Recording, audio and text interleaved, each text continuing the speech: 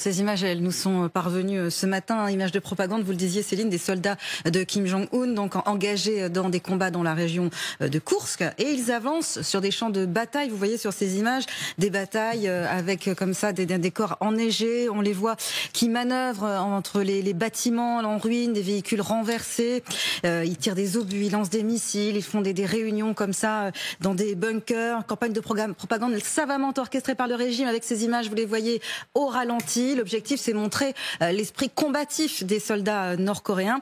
Jusqu'ici, on ne les avait vus effectivement que paradant dans des défilés militaires ou encore lors d'exercices, des manœuvres militaires. D'ailleurs, c'est rare ces images des soldats nord-coréens. On le disait hier, général. Elles ont été diffusées hier. On ne sait pas en revanche quelle est la date à laquelle elles ont été tournées. Alors, c'est soit des images qui ont été reconstituées avec des scènes, on a fait une scène de guerre, soit effectivement ces scènes auraient été filmées pendant l'engagement à Koursk, qui me laisse un peu dubitatif vu les circonstances dans lesquelles les troupes ont été engagées.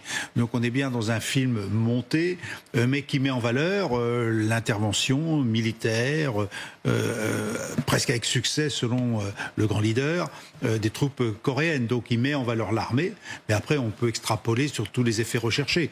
C'est déjà extrapolé à l'extérieur, montrer, oui, les forces coréennes ont mené un combat, ils ont fait la guerre, nous avons des combattants et nous les avons projetés à l'extérieur de nos frontières, ce qui n'était pas arrivé depuis 1953.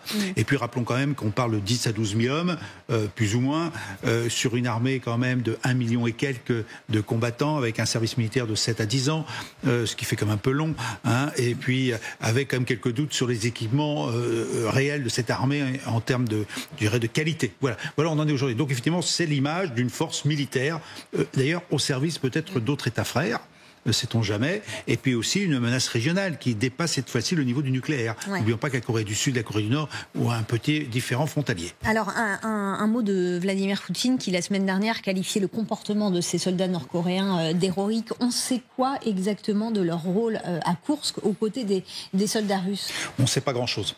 On n'a que des témoignages finalement transmis par l'armée ukrainienne, ou le service de renseignement ukrainien. Les pertes avaient été énormes. Bon, là, officiellement, on en a que 600 tués. On peut multiplier par 3-4 les blessés, donc ce serait 3-4 000 blessés. Sur 12 000 hommes, ça fait beaucoup de monde quand même. Mais bon, à la limite, on ne sait pas vraiment ce qu'ils ont fait. Il est certain qu'en analysant de l'extérieur, ce sont des forces qui ont quand même contribué à amener des ressources humaines supplémentaires à une armée russe qui était quand même un peu à la peine en termes d'effectifs, avec des forces, je dirais, presque non visibles en termes de pertes. Parce que ça fait quand même pas mal de mois que les troupes coréennes auraient été retirées, puisqu'on ne sait toujours pas si elles le sont, si elles le sont pas, si elles l'ont été. On a vu quelques mouvements d'avion, effectivement, mais sans être sûr de rien. N'oublions pas non plus qu'on nous a même dit qu'il y aurait au moins 100 000 Coréens qui viendraient aussi dans l'offensive. Donc on va rester dans les chiffres raisonnables. Donc voilà, ils ont été utiles à mon avis. Alors militairement, on ne peut pas le dire. On a eu quand même quelques images de Coréens qui étaient surpris par des attaques de drones. Rappelez-vous ces images où le Coréen se faisait tuer par un drone ukrainien. Eh bien, écoutez, on va aller regarder ces images puisqu'on les a là, où effectivement des soldats nord-coréens sont attaqués par des drones ukrainiens. Voilà, donc on a bien ces images qui sont diffusées. Bon, maintenant, l'efficacité militaire, très difficile à percevoir. Je pense que l'efficacité a été effectivement au moins en troupes complémentaires. Elles n'ont pas fait très longtemps, si on regarde bien les informations transmises, pas très longtemps sur le champ de bataille par rapport aux troupes russes, par exemple. Mais elles ont dû contribuer à un moment donné à soulager la pression. Et puis l'intérêt surtout pour les Coréens, hormis le fait qu'il y a une projection de force à l'extérieur, c'est aussi retirer de l'expérience de combat, parce que ces hommes vont retransmettre finalement ce qu'ils ont appris sur le terrain, et donc une transmission de savoir au profit, mais enfin ils ne sont pas nombreux quand même, hein. Donc je pense que l'effort va être relatif et surtout c'est aller dans le temps. Caddy, ce qui est intéressant aussi, c'est qu'on était au départ dans une opération relativement discrète, et là on arrive dans une revendication publique et glorifiée par Kim Jong-un. Oui, c'est vrai qu'on est passé du tout à l'extrême total en peu de temps, hein. Effectivement, cette espèce de campagne de com, qu'on peut dire, on peut la qualifier comme ça, dans cette région de Koursk. Ces images, elles ont été diffusées lors d'une cérémonie qui a eu lieu donc hier. Diffusion sur grand écran. C'est une image donc une séance lors de laquelle Kim Jong-un a honoré les soldats nord-coréens qui ont combattu à Koursk. Il a aussi honoré ceux qui sont tombés à Koursk. On voit leurs photos, leurs images avec des images rares de Kim Jong-un qui étreint, qui enlace, qui console, on a envie de dire, ces soldats. C'est vrai que c'est pas souvent qu'on voit Kim Jong-un dans ce rôle-là. En tout cas, il est très fier de cette armée. Regardez ce qu'il dit. Il n'a que des superlatifs pour cette armée nord-coréenne. Regardez, nous avons une armée héroïque. Elle fait maintenant ce qu'elle doit faire et ce qui doit être fait. Elle continuera à le faire à l'avenir également, à bon entendeur. Donc. Christian Maigrelis, le fait que ces images-là soient diffusées maintenant, ça nous dit quoi? Écoutez, moi j'ai un peu le point de vue de la Corée du Sud sur cette affaire, parce que c'est là que je suis installé, c'est là que je connais, et c'est de là que j'ai mes informations. Donc j'ai été informé de l'intervention nord-coréenne avant, et je l'ai dit d'ailleurs à ce plateau, et par la suite, les informations que j'ai, c'est que c'était une opération qui a mal tourné, parce que les Coréens n'étaient pas habitués à se battre, et qu'il y a eu donc beaucoup de pertes, et que la décision a été prise de retirer, à la demande de Poutine, ses effectifs. Et ça se passe il y a 6 mois. Donc selon ces informations-là, il n'y aurait plus de soldats nord-coréens il n'y en aurait plus, il y aurait des soldats du génie. On nous parle de soldats du génie qui sont à Koursk pour réhabiliter un certain nombre de choses qui sont démolies. Alors après, il y a eu 6 mois d'extinction de feu, et puis il y a eu ce rapprochement entre Poutine et Trump. Et là, les Nord-Coréens l'ont mal vu. Parce que pour eux, l'Amérique est quand même l'ennemi numéro 1, l'ennemi de toujours. Et ils ont fait des observations à Poutine, et Poutine a décidé de donner de la publicité à cette opération nord-coréenne pour faire plaisir à Kim. Et voilà comment les choses se sont bouclées. Il y a eu un film qui a été tourné, ça c'est du cinéma. De toute façon, la propagande nord-coréenne, c'est toujours du cinéma. On n'a pas autre chose.